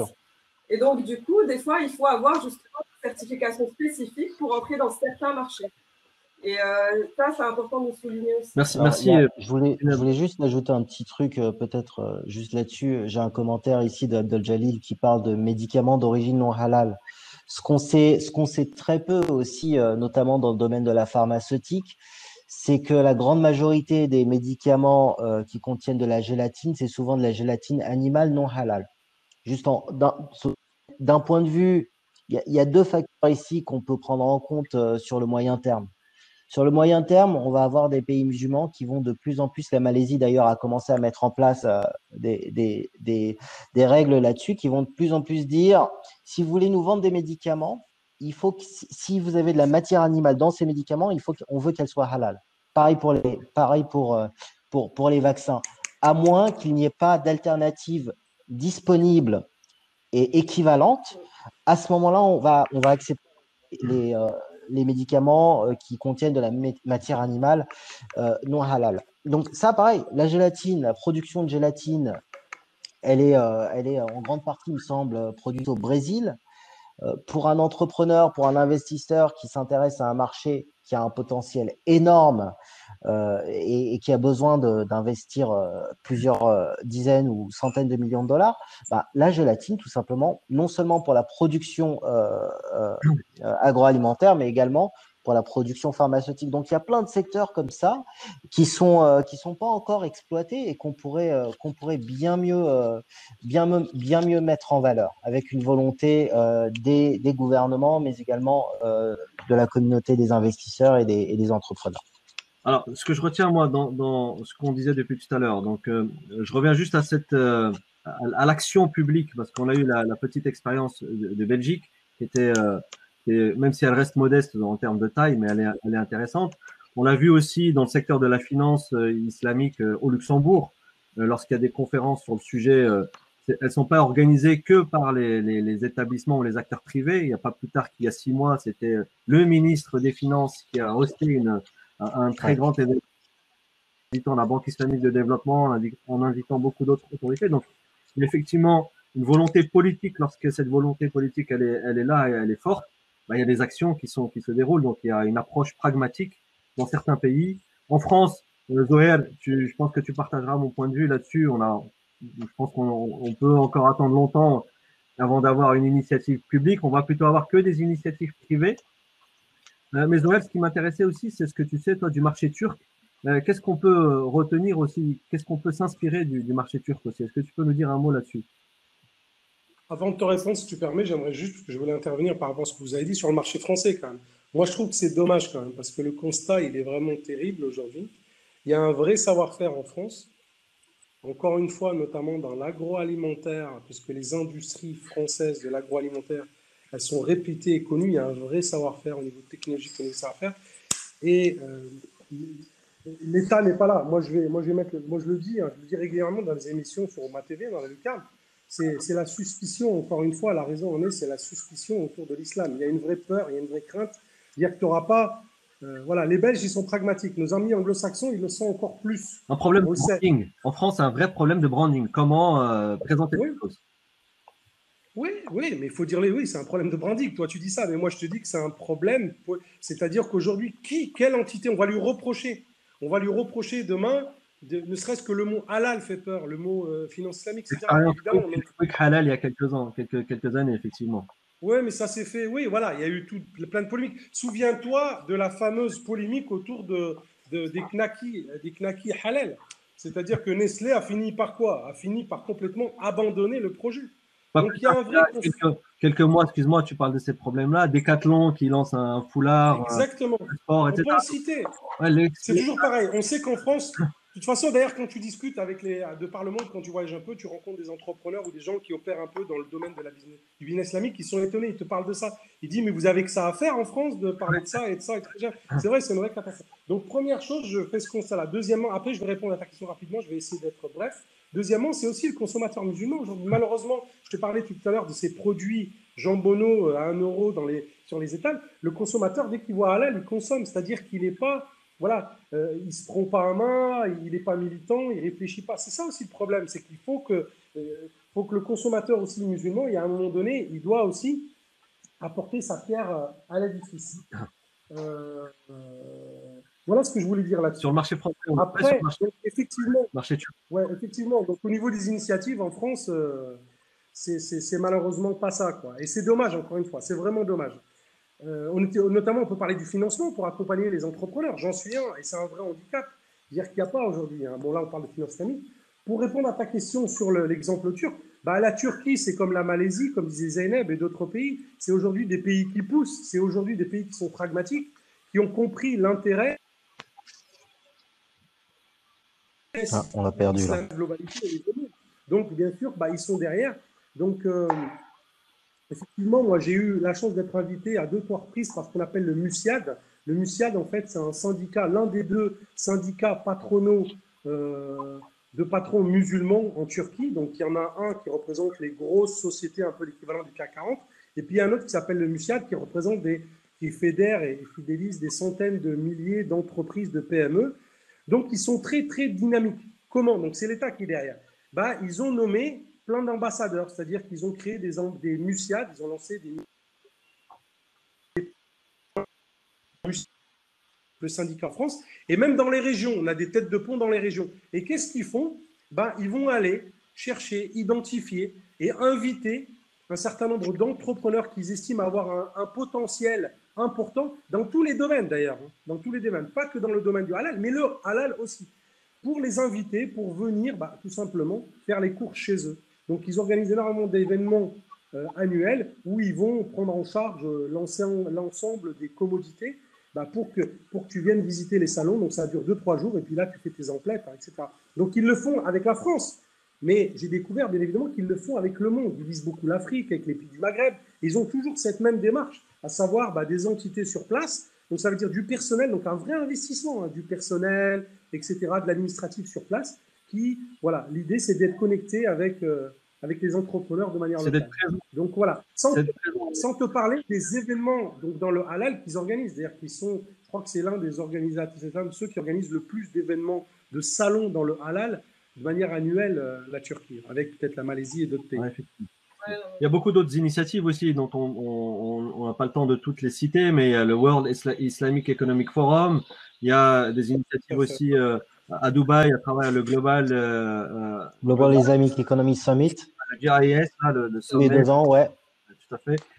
Je rappelle qu'en France, on avait un salon du halal qui était très intéressant, B2B, pour les professionnels, il y a quelques années. Je reviens sur la France, mais c'est aussi des vraies problématiques, qui a disparu. Aujourd'hui, à part la foire, ce qu'on appelle le Bourget, la foire des musulmans, on se retrouve pour… voilà, il n'y a pas grand-chose. Alors que dans l'ensemble, la majorité des pays, pratiquement l'ensemble des pays, des événements annuels destinés au halal, jusqu'au Japon, en passant par la Corée, en passant par la Russie, le Canada. Mais en France, il n'y a pas. Encore une fois, il y a un vrai manque, c'est dommage. Et quand il y a en France, ça reste des initiatives privées, donc au final, de très petite taille. Privé, et puis ça va susciter encore une fois des polémiques, et voilà, donc c'est dans le classement des… Pas pragmatique, les Français, pas pragmatique. Pas assez, effectivement. Dans le classement des pays, dans le classement des pays de l'Arabie, quels sont les meilleurs élèves et quels sont les bons et les mauvais élèves? Alors oui, effectivement, là, on va donner des notes un petit peu. Ce qu'on fait que chaque année, dans le rapport sur perspective sur l'économie islamique dans le monde, on met en place un classement qui est d'une part sectoriel et puis un classement global aussi. Je vais vous la faire courte. Le top 5, on a d'abord la Malaisie, et de très loin, de par la sophistication de ces infrastructures en place du point de vue des initiatives gouvernementales, du point de vue de la recherche et du développement, mais également du point de vue du poids économique que représente la finance islamique et les exportations sur les différents secteurs. Les pays du Golfe se situent en très très bonne position. Donc on a directement après les Émirats, le Bahreïn, l'Arabie Saoudite, qui eux aussi ont des économies du point de vue de la finance islamique en particulier, mais également du point de vue de la recherche et du réexport ou de l'export de production agroalimentaire qui sont plutôt pas mal. La France fait partie de ce rapport. Le gros changement qu'on a eu cette année en 2019-2020, c'est l'arrivée en force de l'Indonésie. Et là, je fais un petit point là-dessus, juste pour dire que l'Indonésie, c'est quand même le premier pays musulman en termes de population, un pays à forte croissance dynamique, et donc un pays très intéressant aussi à suivre du point de vue de l'économie islamique. Aussi. Il ne faut pas oublier de le souligner. Et qui fait effectivement partie du G20. Comment on en arrive à ce classement? Bon, très rapidement, je ne vais pas rentrer dans les détails. Vous pourrez consulter la méthodologie dans le rapport complet, mais on a plus de 40 points de données pour constituer ce rapport, entre la taille du marché global, le nombre d'événements, donc ce dont on parlait, par exemple les événements, les conférences, etc., en rapport avec la finance islamique, en rapport avec l'économie islamique, l'impact social que cette économie a sur la société en question, la R&D, le poids de la finance islamique et le poids des exports totaux. Voilà, donc ça, c'est certains des facteurs qu'on prend en compte pour ce classement. Ce qui est intéressant, juste une petite précision, c'est que je regardais la top 10 halal food. Tu as le Brésil en 3e position. C'est quand même assez extraordinaire. Il n'y a pas beaucoup de musulmans au Brésil. Le Brésil, c'est le premier pays exportateur de viande au monde pour les pays musulmans. Tout simplement. C'est pour ça que je te dis, encore une fois, c'est des démarches étatiques, ça. D'ailleurs, suivi par l'Australie. L'Australie, d'ailleurs, tu étais il y a encore peu de temps, l'Arabie, justement, tu peux dire un mot sur les initiatives d'un pays qui nous paraît, nous, si lointain, non musulman, avec une population musulmane relativement en nombre très petite. Extraordinaire, l'Australie. J'y étais. Zineb, je ne sais pas si tu voulais intervenir aussi. Il va nous quitter dans pas longtemps, après on revient à toi, Zineb. Très rapidement, l'Australie, effectivement, j'y étais pour le lancement du rapport en local et on a créé une version du rapport pour l'Australie spécifiquement. À peu près 500 000 musulmans en tout en Australie, une immigration relativement récente si on prend pas en compte les premiers pionniers afghans qui sont arrivés en Australie à l'époque de la colonisation. Donc 500 000 à peu près musulmans. Et par contre, une forte voix au chapitre. Ils ont, alors, on a été accueillis, nous, par un fonds de pension euh, euh, qui utilise la finance islamique. Ce qu'il faut savoir, il y a une contribution obligatoire à un fonds de pension, mais le fonds de pension est privatisé. C'est-à-dire que l'employé peut choisir le fonds de pension auquel il souhaite adhérer, sachant que c'est le seul fonds de pension qui est autorisé par les autorités et qui est Sharia compliant, donc qui répond aux besoins aux obligations et aux demandes de la Sharia. Ils ont une audience qui est relativement captive, mais c'est également pour nous en France qui sommes bien plus nombreux la taille des consommateurs musulmans qui est bien plus importante, et on n'en est pas encore à ce niveau de sophistication. Donc voilà, ce que je voulais dire, c'est qu'en Australie, effectivement, il y a un fort engouement et il n'y a aucune honte à parler du consommateur musulman, du halal, de la finance islamique. C'est dans l'espace public, c'est complètement accepté. Merci. Alors, Zineb, tu voulais rajouter un mot là-dessus? En fait, je voulais rajouter que justement, en fait, dans ce classement, ce qui ressort aussi, c'est que la plupart de ces pays sont anglophones, encore une fois.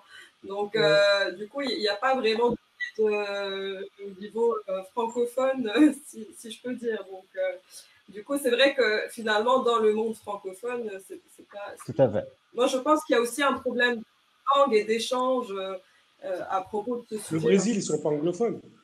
Même si... Non.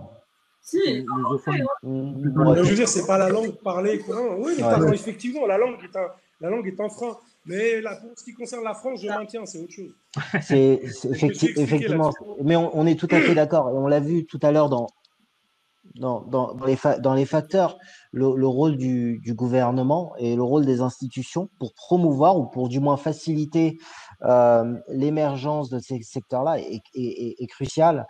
Et sans la volonté du gouvernement, on va rester à une échelle relativement petite. Alors peut-être aussi. Juste un petit mot, s'il te plaît, Bouker. Vas-y.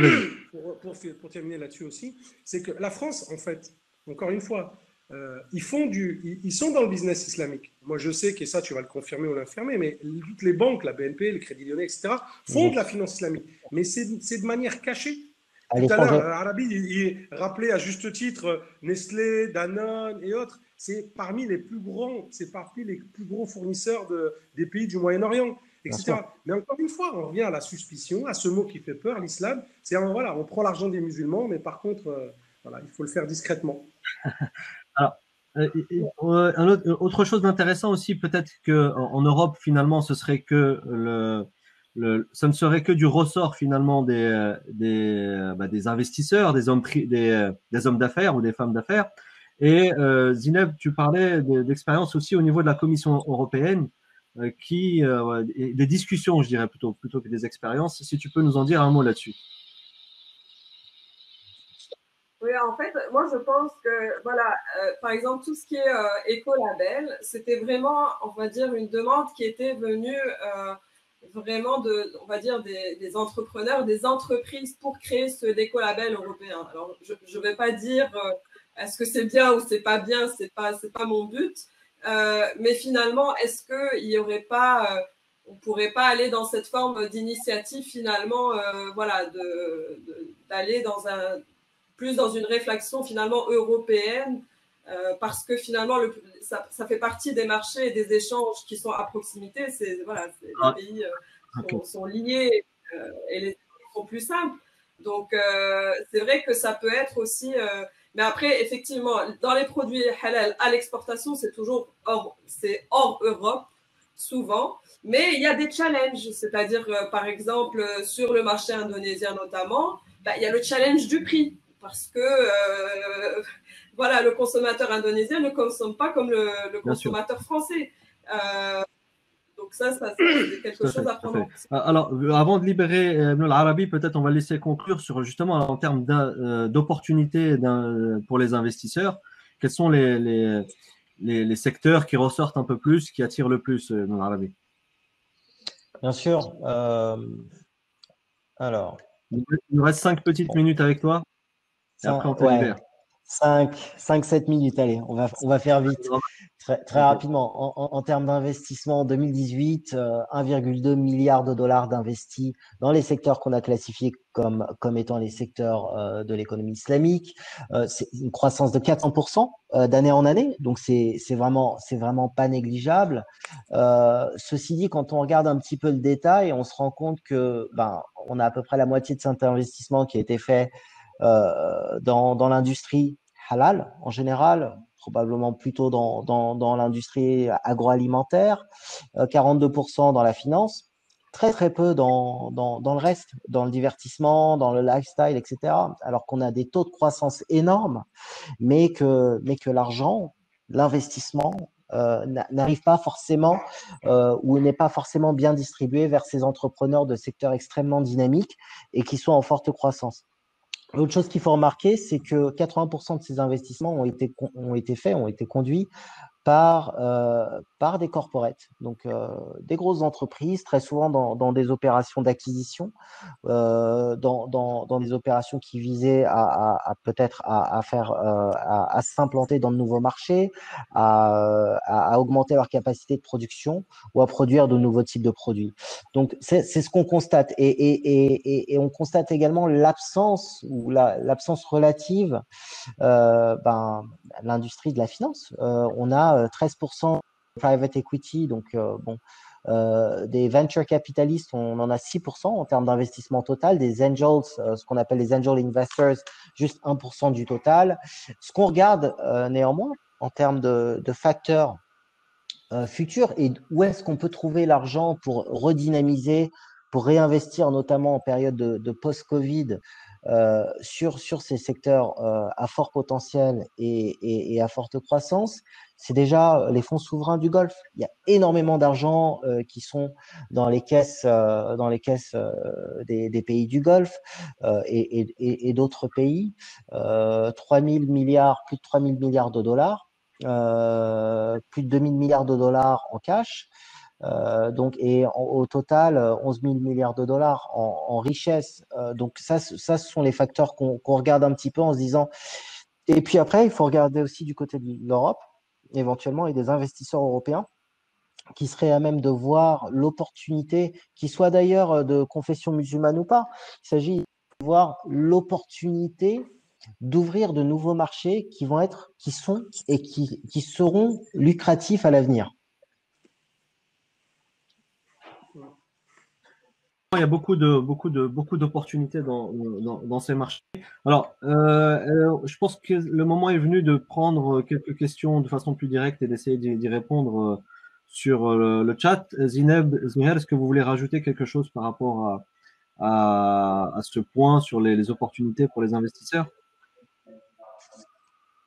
Oui, alors sur les opportunités en fait au niveau des investisseurs, en fait il y a quand on rencontre des investisseurs, en tout cas que ce soit des fonds d'investissement, etc., on va dire il y a deux termes qui reviennent souvent à la bouche, c'est vraiment on va dire donc emerging markets, sont les marchés émergents, et tout ce qui est sustainable, donc tout ce qui est on va dire éthique, participatif, alternative. Donc même dans le conventionnel, on converge vers ce type on va dire de méthode d'investissement. Donc, mais bien sûr, il faut, on va dire la finance participative, finance islamique ou alternative, fait partie, on va dire, de cette sustainable, donc cette finance éthique. Et donc, il faut avoir un discours global sur ce type, que ce soit dans la finance ou dans les produits finalement halal, donc qui permettrait justement d'attirer certains. Moi, ce que je souhaite rajouter par rapport à ça, c'est que, encore une fois, j'estime qu'aujourd'hui, l'entrepreneur musulman en France est un peu handicapé parce qu'il n'y a pas d'outils à sa disposition. J'indique cependant qu'il y a toujours des possibilités. moi, je discute un peu avec des entrepreneurs et je sais qu'il y a des business angels aujourd'hui qui sont à l'écoute. C'est-à-dire que même en France, hein, des musulmans ou pas, c'est pas ça le problème. C'est-à-dire qu'ils sont à l'écoute et quand il y a un projet, en gros, ils vont te dire, bah écoute, prouve-moi que ça fonctionne. Moi, j'ai l'exemple, il n'y a pas longtemps, j'ai reçu des jeunes qui avaient lancé une application un peu l'équivalent d'un La Fourchette ou d'un Uber Eats, mais dans le monde du halal. C'est-à-dire qu'ils rassemblaient un certain nombre. Et ben, quand ils sont venus me faire la démonstration, donc j'ai discuté avec eux et je leur ai dit, vous en êtes où au niveau de l'investissement? Bon, je les ai un peu conseillés au niveau de la recherche d'investisseurs. Ils m'ont dit, bah, on a eu affaire à quelqu'un, un business angel, ni musulman ni autre. Et en gros, il leur a dit, bah, prouvez-moi que ça fonctionne. C'est-à-dire que là, il n'y a pas assez de transactions quotidiennes, mais le jour où vous me prouverez que ça fonctionne, bah, je mettrai de l'argent, en centaines de milliers d'euros. Donc il y a des possibilités. Ils ne sont pas tous obtus en France. Je souhaite terminer sur une bonne note quand même. C'est-à-dire que voilà, on peut fermer. Il y a quand même, on peut toujours trouver, mais ça reste un handicap quand même pour les entrepreneurs de manière générale. Alors, il y a pas mal de commentaires et bon sur le consommateur français, c'est vrai qu'il est complexe finalement ce consommateur entre ce qu'il veut et ce qu'on peut lui offrir et, euh, Mmh. et Ce qu'il finalement doit faire. ce qu'il doit faire, etc. Et il y a pas mal aussi de quand on parle du secteur agroalimentaire, forcément, là aussi Ah dans oui. certains pays, ça suscite beaucoup de méfiance et de prudence entre le vrai halal et le faux halal. Là, on parlait tout à l'heure de la qualité, mais il y a aussi un travail à faire sur la transparence, sur la traçabilité. Et ça aussi, ça ne peut être fait que s'il y a des autorités et des labels qui sont mis en place justement pour réglementer et réguler un peu plus ces marchés qui aujourd'hui ne sont pas du tout régulés. En tout cas, en France, ils le sont ailleurs. Vous parliez tout à l'heure de l'Indonésie, de la Malaisie, etc. Peut-être il y a quelqu'un qui nous a posé une question sur l'Iran. Tu voulais dire un mot, Zineb, sur l'Iran tout à l'heure? Effectivement, bon, je ne vais pas rentrer dans les détails, mais par exemple, tout ce qui est finance islamique, c'est quelque chose qu'ils ont depuis un certain nombre d'années. Alors après, bon, il y a des différences, on va dire, il y a des différences, on va dire, par rapport à celle qui est utilisée dans d'autres pays. Après, sur le marché du halal, effectivement, l'Iran représente un gros marché. Bon, malheureusement, avec les restrictions qu'il y a pour l'instant, je veux dire, c'est quelque chose de difficile à faire. Mais justement, ils ont tout un. Ils ont tout un. Après, voilà, le marché iranien est très spécial. Et aussi, il faut que de grosses sociétés, donc nous, on a eu connaissance de sociétés qui essayaient justement de rentrer sur le marché iranien. Bien sûr, il y a des choses qui sont imposées. Et donc, pour réussir finalement dans n'importe quel marché, il y a des, on va dire, le pays va mettre, ou le consommateur a certains besoins, donc soit on les réalise, soit on les réalise pas, ou soit on ne va pas dans le marché finalement. Donc, soit on s'adapte en fait à ce qui se fait un peu localement, soit on prend peur et finalement de partir, de ne pas investir ou de ne pas prospecter le pays en question.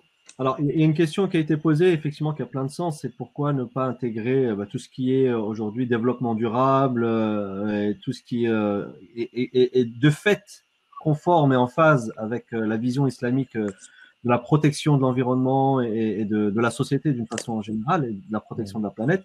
Alors, Albi, je ne sais pas si dans les prochains rapports ou dans les études récentes, est-ce que c'est aussi pris en compte ou pas? Est-ce que tu as une Alors, idée par rapport à non, ce qu'on prend en compte de plus en plus, effectivement, c'est les SDGs, Sustainable Development Goals. Je sais pas les comment. objectifs de développement durable, les ODD, Voilà, définis merci. par l'ONU, C'est la Banque voilà mondiale, ce qui se passe etc. quand on passe trop de temps à l'étranger. Euh, donc ça, effectivement, c'est des choses qu'on prend de plus en plus en compte. Ce qu'il faut savoir, c'est que nous, dans ce rapport, vraiment, on donne les faits. C'est-à-dire qu'on va aller voir les volumes de transactions, on va aller voir les initiatives qui se passent et on va les rapporter. On essaye d'être le plus neutre possible.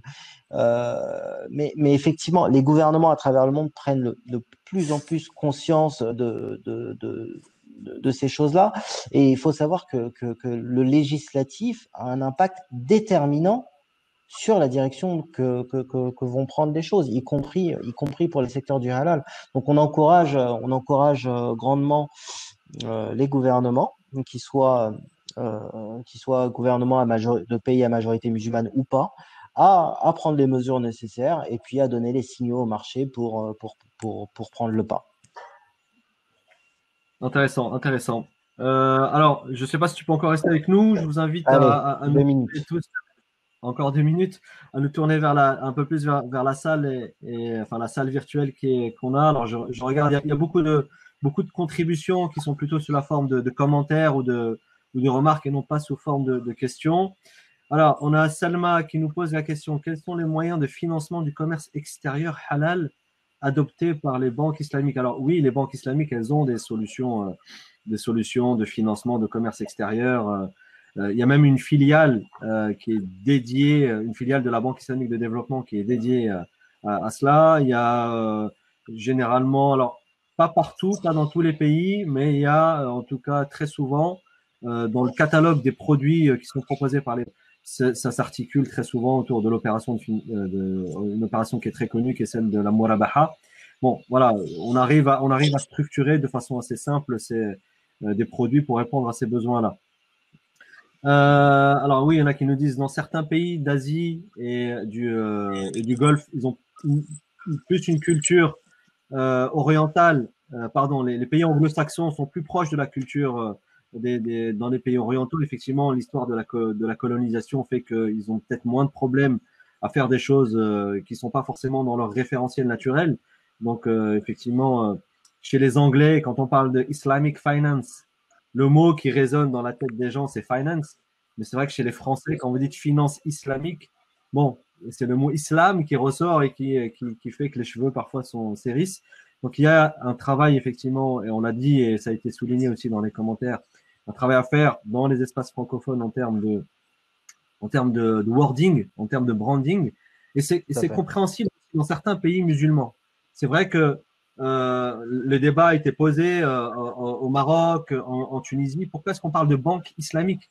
Ça voudrait dire que les autres banques ne sont pas islamiques. Qu'est-ce qui se passe? Alors qu'on est dans des pays où le droit est musulman, la charia elle est reconnue. Et donc, effectivement, politiquement parlant, ça peut être un problème de dire que ça c'est halal, parce qu'on dit que le reste finalement n'est pas halal. Donc, si on lance un label halal, est-ce que le boucher qui n'a pas ce label-là, est-ce que ça veut dire que lui, il n'est pas halal alors qu'il est lui-même musulman dans un pays musulman et que finalement son abattoir, il est peut-être juste deux patelins plus loin. Donc, sur le plan politique, il y a peut-être ce défi-là à relever qui est un défi d'ordre sémantique. Bon, je dis ça, mais récemment en Algérie, la réglementation qui vient d'être publiée, elle parle maintenant de finance islamique. Alors que le texte qui avait été initialement publié il y a à peine 2 ans, il parlait de finances participatives. Donc, on peut penser que les mentalités sont en train d'évoluer aussi au niveau politique, mais qu'un chemin est encore long à parcourir. N'hésitez pas à compléter Arabi, Zoher et Zineb dans ce que je suis en train de dire. Moi j'allais dire juste du point de vue du vécu dans les pays, on va dire, à minorité musulmane, anglo-saxons en particulier, que ce soit le Royaume-Uni où j'ai vécu, l'Irlande, les États-Unis ou même l'Australie où je suis allé récemment, on est beaucoup moins complexé avec le mot musulman, en fait. C'est vraiment pas un problème de faire une pub grand public à l'ensemble du public en disant bon bah voilà, en islam l'intérêt est prohibé et vraiment, et ça on va le voir sur des pubs en ligne tout comme sur des panneaux publicitaires en plein Sydney, c'est-à-dire que c'est vraiment, en fait il y a une caractéristique. Moi je parle ici des pays qui ne sont pas à majorité musulmane, où les musulmans sont en minorité, parce que c'est pas la même chose pour les pays du Maghreb. Mais il y a un véritable complexe, et ça c'est un complexe qui est lié aussi à la culture, à l'histoire, à la politique peut-être qu'on a ici en France pour le moment en tout cas. Bon, moi je vois les choses changer. Le point que je voulais ajouter aussi, juste plus d'un point de vue peut-être culturel avant de partir, et pour revenir à ton point d'ailleurs Zoher sur le besoin d'organisation. En France, on a du mal. On a des groupes qui commencent à se mettre en place, même à l'étranger. Ici, à Dubaï, par exemple, on a un groupe qui regroupe les professionnels français musulmans qui s'appelle EGIR. On a aussi un groupe qui s'appelle Muslim Break. Tout ça, ce sont des groupes de solidarité qui permettent de faire un petit peu de networking. Les Américains ont créé un groupe qui s'appelle le MUPPIS, Muslim Urban Professional quelque chose. qui rassemble des milliers de professionnels à travers le monde. Et ces gens-là se parlent entre eux, créent du business entre eux, font des choses qui permettent de faire avancer d'un point de vue beaucoup plus global l'ensemble de l'économie. Et je pense qu'il est temps que la France et les communautés musulmanes francophones se branchent un petit peu sur ces réseaux beaucoup plus internationaux qui sont très orientés business. Moi, ce que j'ai envie de dire par rapport à la France, encore une fois, c'est-à-dire que, attention, les initiatives, elles sont nombreuses. Et il y a beaucoup de success stories, hein, je peux en citer pas mal. C'est vraiment, moi,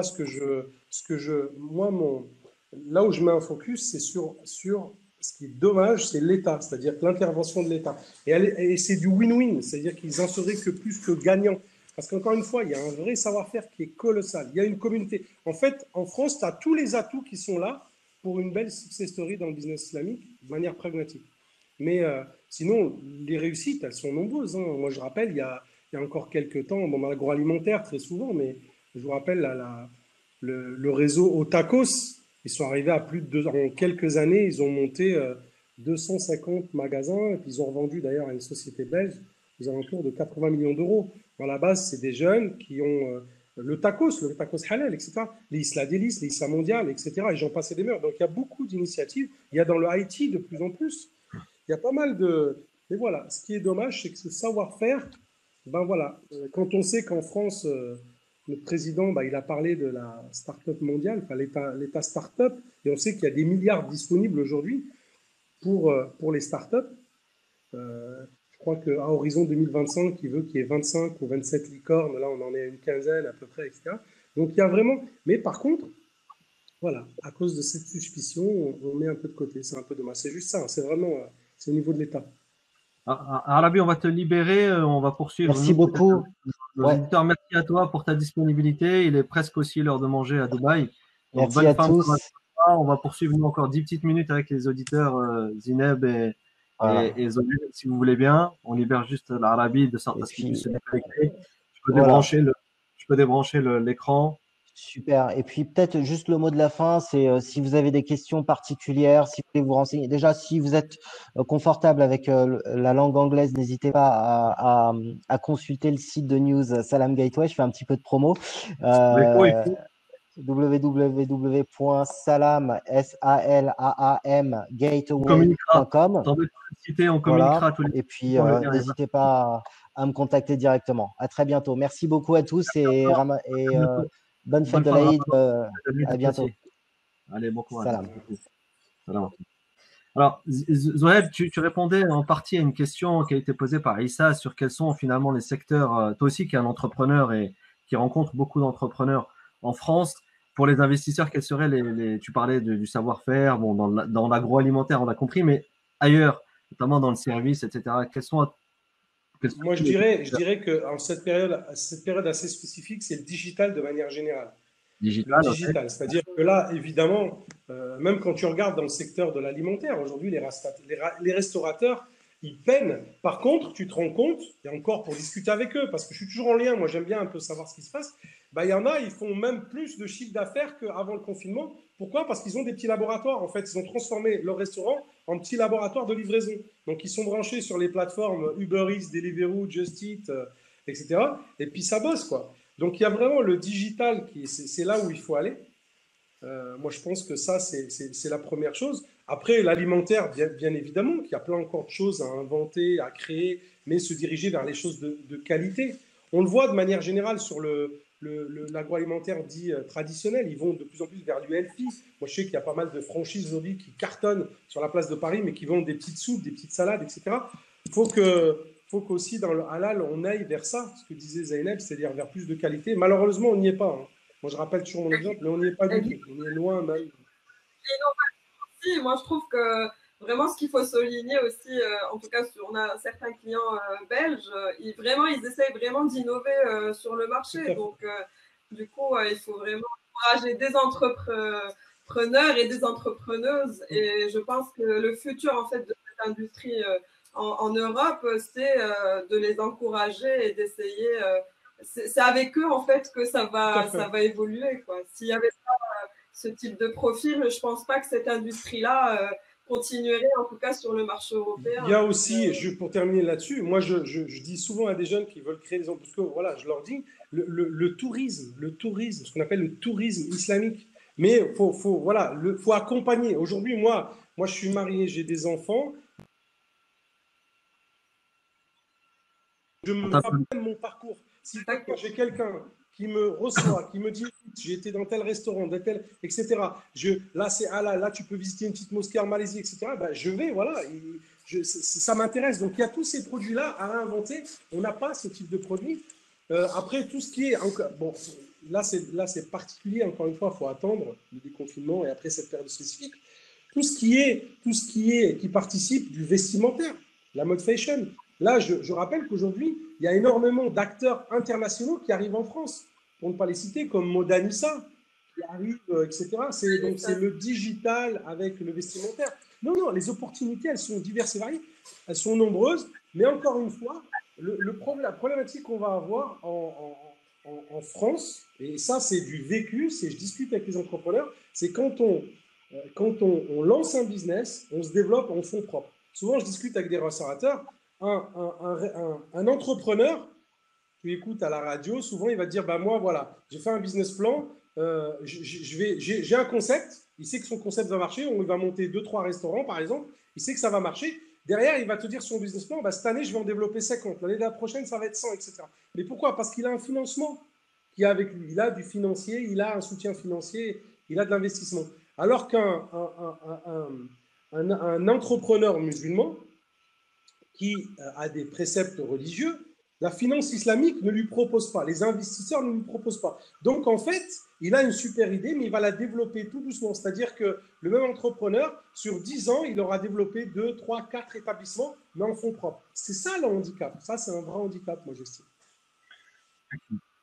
Mais c'est vrai que sur le marché belge, en fait, ce qui est intéressant aussi, c'est que c'est un peu le marché test, en fait, qu'utilisent de grandes multinationales parce que en fait, on a la diversité finalement des langues culturelles au final. Donc, du coup, c'est vrai que c'est beaucoup utilisé. La Belgique est utilisée pour ce test justement, avec la communauté qu'il y a sur Bruxelles, la francophone, la néerlandophone, la germanophone. Donc, c'est un peu le marché test, par exemple. Il y a de grandes enseignes comme Coca-Cola qui testent certains produits en Belgique avant de les sortir au niveau plus global. Donc, c'est ça l'intérêt sur le marché. C'est de commencer par un petit pays avec un petit marché. Tiens, Zainab, pour aller dans ton sens, tu as l'exemple, vous avez une belle réussite dans le domaine du halal. C'est quelqu'un que je connais, en plus, le dirigeant, c'est la sauce Nawels qui a lancé. Donc là, exactement ça. C'est-à-dire qu'il il a développé pour le marché belge et français. Mais aujourd'hui, il se développe et il prospère, machallah, à travers le monde entier. Et c'est une vraie réussite. Et c'est vraiment une société à 100% belge. Bien que lui soit français, il n'est pas belge. Mais il a décidé. Alors, ce serait bien. Il y a des raisons. Mais voilà, encore une fois, c'est les mêmes choses. Hein. On a des petits soucis de réseau avec toi, Zoher. Des fois, tes phrases, elles sont coupées, donc on n'entend pas tout. Ouais. Il y avait une question qui était intéressante aussi, qui a été posée par Laetitia. Elle dit pourquoi ne pas opter pour une approche non confessionnelle? Ça rejoint un peu ce qu'on disait tout à l'heure.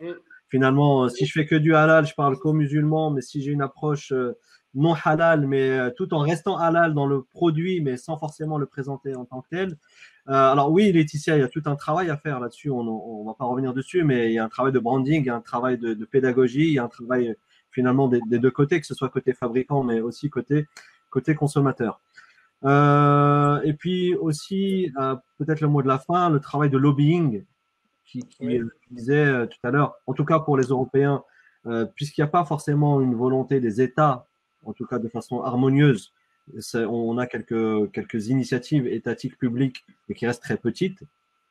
Peut-être que finalement, les entrepreneurs, eux, pourraient aussi voir comment se fédérer et aller au plus haut niveau de l'Europe. Et là, tu disais tout à l'heure au niveau de la Commission européenne,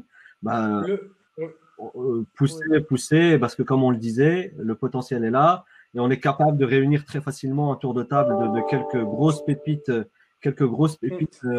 Encore une fois, quelques centaines de millions d'euros. Ouais. Ouais, encore une fois, les entrepreneurs, je peux t'assurer qu'ils n'attendent pas l'État. Moi, c'est juste un constat de dire il faut, et c'est dommage. Mais les entrepreneurs aujourd'hui, moi encore, dans l'agroalimentaire halal, aujourd'hui, tu as des importateurs qui pèsent des dizaines, voire des centaines de millions d'euros et qui distribuent de par le monde, mais qui ont des usines en Roumanie, en Bulgarie, qui dealent avec les Polonais, qui envoient les certificateurs là-bas. Tu vois, ils sont très dynamiques, les entrepreneurs. Ça, vraiment, c'est d'ailleurs pour les en féliciter, c'est qu'ils ont trouvé les solutions. Même au niveau des financements, etc., ils se débrouillent. Mais moi, voilà, encore une fois, c'est l'État qui ne prend pas ça à bras le corps. En tout cas, merci à toi Zineb, merci Zoher, merci à tout le monde qui nous a suivis. On a encore plus de, je ne sais pas combien de personnes encore dans le chat là. Il y a encore 180 auditeurs en ligne, mais je ne vais pas vous retenir plus longtemps. Je vous remercie infiniment pour votre disponibilité. Merci à tous les auditeurs et auditrices. Finalement, ils posent plus trop de questions, mais ils sont plutôt en train d'apporter quelques éléments complémentaires. Donc, tout le monde a pu les lire. C'est intéressant, hein, mais je lis aussi les points de vue sont très, très intéressants. Effectivement, il y a plein de pas mal de bonnes idées. Comme elles ont été publiées, j'ai pas envie de toutes les relire. Donc, je pense que voilà, tout le monde les a lues. J'ai plus qu'à vous remercier et puis à vous dire à bientôt pour un prochain webinaire sur ce sujet-là, parce qu'il y a tellement de choses à dire. Merci à toutes et à tous. Donc, j'ai plus qu'à vous souhaiter une très bonne fin de Ramadan. Très bonne fête de l'Aïd, où que vous soyez. Vous nous avez suivis de différentes régions du monde là, au cours de ces 4 dernières semaines. Merci infiniment à toutes et tous pour votre fidélité. On a eu peut-être plus de 2000 personnes là sur les derniers événements. Donc, merci pour votre fidélité au nom d'IFAS. Au nom d'IFAS, merci à Ouma, merci à Isfin, merci Zineb, merci Zoher. Merci à Salam Gateway et à Dinar Standard pour nous avoir supportés. Je vous laisse